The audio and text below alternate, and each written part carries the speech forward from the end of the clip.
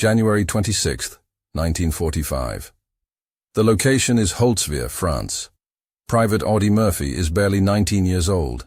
He possesses the slight frame and youthful appearance of a child, earning him the nickname Baby among the hardened veterans of Company B. But on this freezing, snow-covered battlefield, this young man will make a choice that defies belief and military doctrine. He is about to single-handedly sprint toward the blazing wreckage of an M10 tank destroyer and confront an overwhelming German assault force head-on. For nearly an hour, standing alone on a pyre of burning steel, he will unleash hell with a mounted .50 caliber machine gun. By the time the smoke clears, his impossible stand will have saved his company, solidifying his legend as a soldier credited with 240 enemy kills before he turned 21. This is the story of the most decorated American warrior of World War II, and the devastating invisible war he fought every night for the rest of his life. The winter of 1945 did not spare the men of Company B. They called him Audie Murphy. 19 years old, barely 5'5", thin as a rail, he looked like a kid who had wandered onto the wrong movie set. The veterans, hardened by North Africa and Sicily, nicknamed him Baby. But on this brutal day, January 26th, near the French village of Holtzwihr, this baby was about to become the deadliest force the German Wehrmacht had encountered all war. Hundreds of German soldiers backed by heavy armor were closing in. The American line was breaking, and Murphy, alone, would sprint toward a burning wreck of steel, climb onto its hull, and unleash a torrent of fire that would ultimately account for 240 enemy lives by the time the war ended. That number is staggering. That number is impossible. This is the story of how a starving boy from Texas became a legend, and the invisible war he fought long after the final shot was fired. To understand the man standing on that burning tank, we must first look at the dirt roads of Farmersville, Texas, where Audie Leon Murphy spent his childhood. The 1930s were not a time for innocence in rural Texas, especially not for the Murphy family. They were crushed by poverty, an isolated existence defined by grinding destitution and perpetual hunger. Audie was one of 12 children, often abandoned, always scrambling for the next meal. His father disappeared early, leaving Audie, the oldest surviving boy, responsible for feeding his younger siblings. This wasn't sport hunting. This was pure necessity. He learned to shoot a rifle not for target practice, but because a missed shot meant an empty plate, meant another night of the gnawing ache in his stomach. The rifle became an extension of his will to survive, a tool of desperate self-preservation. He developed an unnatural patience, a stillness that bordered on the terrifying. He knew how to track, how to wait, how to kill quickly and cleanly.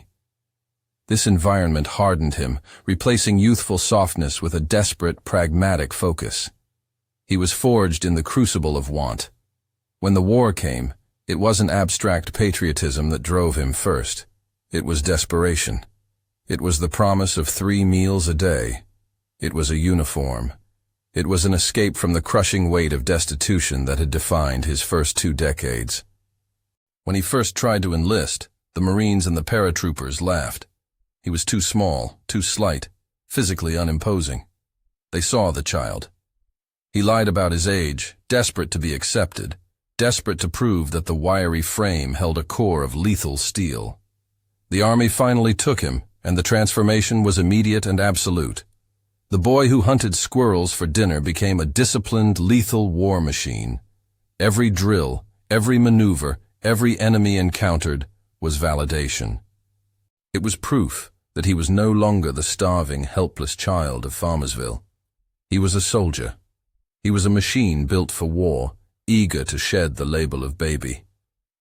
This desperation fueled his early actions across the Mediterranean theater.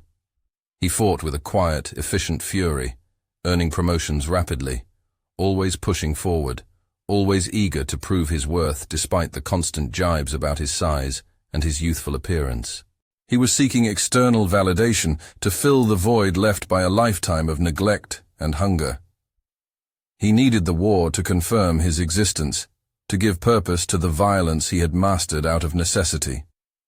Now, flash forward to January 26, 1945. The air over Holtzwihr, a tiny snow-choked village in the Alsace region of France, is thick with the smell of cordite and frozen earth. The temperature is brutal, biting through the thin layers of American uniforms. Company B is decimated. They are not holding a line. They are clinging to existence. The company's strength is down to less than 24 effective fighting men, pinned down by a relentless German counterattack. The enemy is not just infantry. They are hundreds of elite German troops, supported by heavy armor, the dreaded Panther tanks. The sound of the Panthers grinding through the snow is a psychological weapon, a promise of annihilation. The Americans are outflanked, outgunned, and running out of options. They are trapped in shallow, icy foxholes, watching the white landscape turn red with blood. First Lieutenant Audie Murphy, still looking impossibly young, is leading the remaining men. He watches the situation deteriorate. A nearby M10 tank destroyer, designed to hunt heavy armor, has taken a direct hit. It is a smoking, burning wreck, abandoned by its crew. Flames lick furiously from the engine compartment, turning the cold air around it into a searing pocket of heat. It is a pyre, a monument to their imminent failure. Silas Cy Jenkins, 28, a stocky, loyal sergeant, and one of the few veterans left, crawls toward Murphy, his weathered face smeared with soot and fear. "Lieutenant," Cy rasps, his voice raw. "We're done. They're coming through the woods, hundreds of them. We gotta pull back to the tree line now, or we'll be overrun and slaughtered." Murphy doesn't answer immediately. His youthful face is set, the desperation of the starving boy replaced by the cold calculation of a killer. He stares past Cy, past the scattered bodies of his comrades, straight at the advancing German line. They are closing the distance, moving with chilling efficiency, confident in their numbers and their armor support. 200 meters, maybe less. The heavy machine guns chatter, kicking up snow and dirt just inches above their heads. Murphy knows the tree line won't hold them. Retreating now means the entire flank collapses, exposing the rest of the division to certain destruction. He looks at the burning M10. It is useless as a vehicle, but the .50 caliber machine gun mounted on its hull, miraculously, is still intact. The metal is searing hot, the flames are threatening to engulf the entire structure, but the weapon is still there, pointed directly at the advancing enemy. He doesn't issue a formal order. He doesn't consult Cy. He makes a choice born of that old, desperate need for validation, mixed with a profound, sudden loyalty to the few men left breathing around him. He knows what he needs to do to save them, and the act itself is pure, suicidal madness. He turns to Cy, his voice flat, devoid of panic, the quiet voice of a man signing his own death warrant. "Keep them covered. Don't move until I tell you." So Jenkins looks at the burning tank, then back at the boyish lieutenant, confusion and horror mixing in his eyes. "What in God's name are you doing, baby?" Murphy doesn't reply. He springs from the foxhole. He sprints across the open, snow-covered ground, directly into the blistering hail of German fire, heading straight for the blazing wreckage of the M10 tank destroyer. He is running toward the fire, not away from it. He is running toward certain death, carrying the weight of his starving childhood and the lives of his men on his slight shoulders. This is the moment that will define Audie Murphy forever. He hits the ground running, the snow churning beneath his boots. The German machine guns track him instantly. Tracer rounds stitch the air around him, missing by inches, but Audie does not break stride. He reaches the M10, a monstrous oven of twisted metal, and the heat assaults him, thick and suffocating. The flames are roaring, licking the air 20 feet high, turning the snow immediately surrounding the vehicle into slush and steam. He scrambles onto the hull, ignoring the searing temperature of the armor plate beneath his knees. The smell of burning oil and cordite is overwhelming. He grabs the grips of the massive .50 caliber machine gun. The metal is hot, too hot, but he clamps down, the desperate adrenaline overriding the pain. He swings the heavy barrel toward the advancing line of German infantry. They are 50 meters away, closing fast, confident that the burning wreck is harmless. They see the small figure silhouetted against the fire, and they hesitate. momentarily confused by the sheer audacity of the gesture. Audie doesn't give them time to adjust. He squeezes the trigger. The .50 caliber roars to life, a sound that swallows the smaller cracks of the German rifles, a sound like a sustained mechanical thunderclap. The heavy rounds tear into the dense formation of infantry. The effect is immediate and devastating. Men simply vanish, ripped apart by the sheer kinetic force of the slugs. The line stutters, then collapses in sections. Audie sweeps the gun back and forth, a lethal, disciplined arc. He is no longer the 19-year-old boy. He is a mechanism of destruction, fueled by the primal instinct to survive and the memory of cold, empty hunger. The Germans recover quickly. They realize this lone figure is holding the entire line. Heavy fire concentrates on the M10. Armor-piercing rounds clang off the hull, showering Audie with sparks and shrapnel. He feels the vibrations through the metal, the constant deafening impact of enemy fire trying to dislodge him. He is completely exposed, standing on a funeral pyre, yet he continues to pour fire into the enemy ranks. He grabs the field phone mounted near the gun. His voice is calm, cutting through the din of battle. "This is Baby on the M10. Give me everything you've got. Danger close. Adjust fire." 100 yards in front of my position. Yes, I said my position. C, watching from the foxhole, grips his rifle until his knuckles are white. Calling artillery down on your own head is a move reserved for the truly desperate or the clinically insane. Moments later, the sky tears open. American artillery shells scream down, impacting precisely where Audie requested. The ground erupts in geysers of snow, mud, and flesh. The concussions shake the M10, nearly throwing Audie from his precarious perch. The German attack is momentarily shattered, but the survivors, hardened veterans, begin to reorganize, crawling through the wreckage and the smoke, trying to flank the blazing tank. Audie shifts his focus. He tracks the new threats, his eyes burning from the smoke, his face slick with sweat despite the freezing air. He is surrounded by the heat of the fire and the cold of the carnage. He keeps firing. The barrel of the .50 caliber glows cherry red, the heat radiating out in waves. He changes the ammunition belt with practiced mechanical speed, the brass casings piling up around his feet on the scorched metal. For the next hour, he is the only thing standing between the decimated Company B and total annihilation. The Germans launch multiple furious counterattacks. They try to rush him, thinking the ammunition must run out, or the flames must finally consume him. Each time, Audie answers with a sustained burst that reduces the charge to scattered corpses. He is a target, a beacon of fire and fury, but they cannot silence him. A sharp, searing impact slams into his right hip. The force spins him slightly. Pain explodes through his lower body, a blinding white-hot agony. He stumbles, clutching the weapon, his vision tunneling. He looks down and sees the dark, spreading stain on his uniform. He is hit. The German infantry, seeing him falter, surges forward, screaming, believing the tide has finally turned. Audie grits his teeth, tasting the metallic tang of blood in his mouth. He ignores the pain. He ignores the wound. He forces himself upright, leaning heavily against the gun mount for support. He brings the .50 caliber back to bear, his finger tightening on the trigger. He unleashes one final, prolonged burst, a stream of fire so intense, so focused, that it cuts down the last cohesive wave of the assault. The sound of the gun is a sustained, primal scream of defiance. Then, silence. The German attack breaks completely. The survivors, demoralized and decimated, begin to retreat, melting back into the tree line, leaving behind a field littered with their dead and dying. The battle for Holtzwihr is over. The line holds.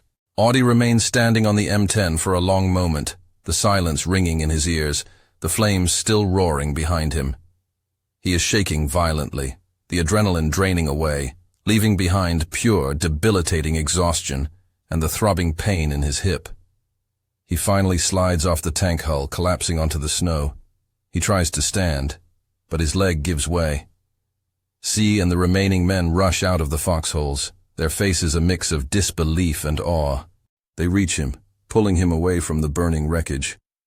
"Audie, you crazy son of a bitch," Cy whispers, his voice thick with emotion, helping him sit up. "You did it. You held them." Audie is breathing in ragged, shallow gasps. He looks at the carnage. The snow is crimson, the bodies piled high, proof of the impossible hour he just survived. "The line," Audie forces out, his voice a dry rasp. "We hold the line. Get the men organized. We counterattack now. No evacuation." C argues, pointing to the gaping wound in Audie's hip, the exhaustion etched into his young face. But Audie's gaze is absolute. The mission is not finished until the enemy is pushed back. He refuses the stretcher, refusing to be carried away while his men are still in danger. He directs the reorganization, leaning against a tree, his small frame still radiating an unnatural, lethal authority. The official count of the enemy neutralized that day, credited directly to Audie's single-handed action on the burning M10, would eventually settle near 100. This impossible feat, performed by the soldier his comrades still called Baby, cemented his legend.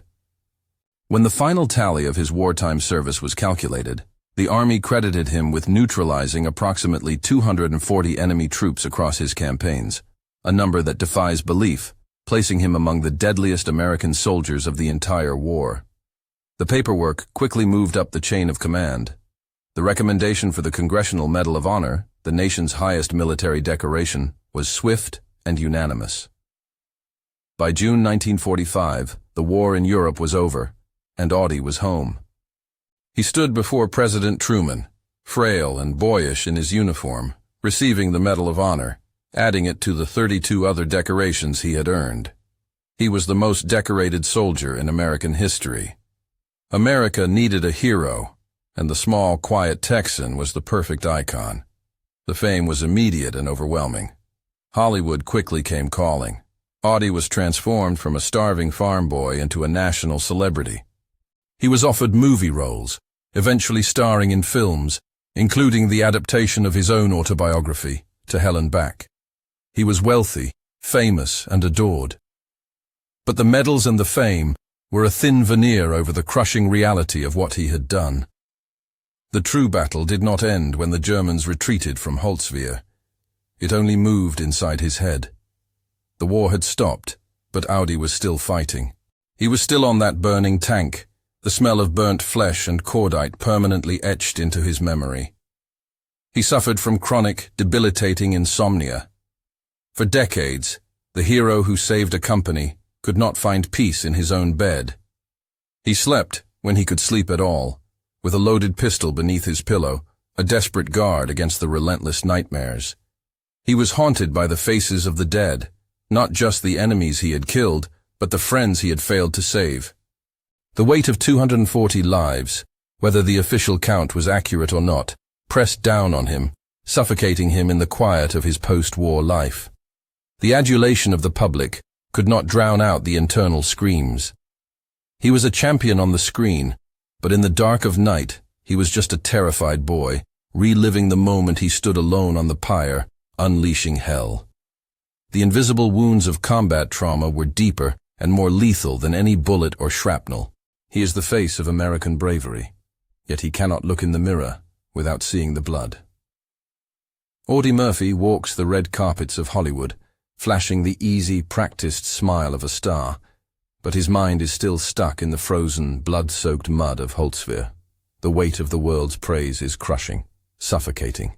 Every interview, every premiere, every standing ovation is a reminder that he is celebrated for the hour he spent standing on a burning pyre, dealing death. The contrast between the dazzling fame and the internal darkness is a chasm he cannot cross. He attempts to medicate the ghosts away. The doctors, unfamiliar with the depth of combat trauma, a concept still poorly understood in the 1950s, prescribe sleeping aids, then tranquilizers, then stronger sedatives. The cycle is vicious and self-perpetuating. Wake up in a cold sweat, heart hammering against his ribs. Take a pill to silence the memory of the roaring. 50 caliber. Try to function through the drug-induced haze. and wait for nightfall to begin the terror again. He becomes dependent, trapped by the chemicals meant to offer him peace. His personal life fractures under the strain. The man who saved an entire company cannot save his own relationships. He is physically present in his home, but spiritually, he remains pinned down in the Alsatian snow, eternally directing fire. He is constantly scanning rooms, his eyes darting to exits, always ready for the ambush that never comes. The slightest unexpected noise, a backfiring car, a dropped plate, sends him instantly back to the trenches. He is hyper-vigilant, coiled, and perpetually exhausted. The small Texan boy, desperate for validation and escape from crushing poverty, found both in the most brutal, definitive way. Now, that validation is his cage. The fame did not save him from the psychological cost. It only amplified the terrifying silence between the screams. He finds no solace in his wealth or his status. The Medal of Honor, resting in a velvet box, feels less like an award and more like a heavy, inescapable judgment. He is a prisoner of his own impossible heroism, a living testament to the fact that the mind can hold the line long after the body has collapsed, and that the price for such a feat is levied over a lifetime. But Audie Murphy realizes he is not alone in this perpetual darkness. He knows that millions of young men returned from Europe and the Pacific carrying the same invisible shrapnel, the same relentless nightmares, the same inability to connect with the quiet peace of civilian life. He sees their suffering mirrored in his own sleepless nights. In the late 1960s, Audie makes a defining choice, one that rivals his stand at Holtzwihr in terms of moral courage. He steps away from the manufactured glamour of Hollywood and toward the harsh, unforgiving light of the Capitol building. He decides to use his monumental fame not for film roles, but for a cause that is deeply, painfully personal. He testifies before the United States Congress. He does not use flowery political language or the rehearsed lines of a movie script. He speaks plainly, stripped bare of his celebrity, about the terror he endures. He details the chronic insomnia, the crippling anxiety, the dependency on medication, and the constant, gnawing guilt. He names the wound that has no visible blood, combat trauma. He demands that the government, which celebrated his impossible kill count and draped him in 33 medals, now treat the devastating consequences of those actions. This public admission, coming from America's most decorated soldier, is a revolutionary act. In an era when mental wounds were still dismissed as shell shock or weakness, Audie Murphy refuses to hide his pain. He forces the nation to confront the fact that the war continues long after the armistice is signed, and that the returning veterans are engaged in a lifelong struggle against an enemy that resides within their own minds. His testimony is a seismic event. It humanizes the suffering and shatters decades of stigma. He fights tirelessly for better funding, better diagnosis, and above all, recognition for the men who survived the physical hell only to face the mental one. He battles the entrenched bureaucracy, refusing to let them dismiss the nightmares as simple adjustment issues. He becomes the reluctant, haunted champion of the unseen war, using the very fame that tormented him to pave a path toward healing for others. He cannot save himself, but he fights to save the souls of the veterans who follow him. The internal war finally ends not on a battlefield, nor in a quiet bed. On May 28, 1971, Audie Murphy dies suddenly in a plane accident in the mountains of Virginia. He is only 45 years old. The news sends a shockwave across the nation. America mourns its most decorated son, the small Texan who became a legend and then a tortured symbol of the true cost of war. He is laid to rest with full military honors in Arlington National Cemetery. His grave marker is simple, a quiet stone among the thousands, deliberately unmarked by the images of the Medal of Honor, per his own request.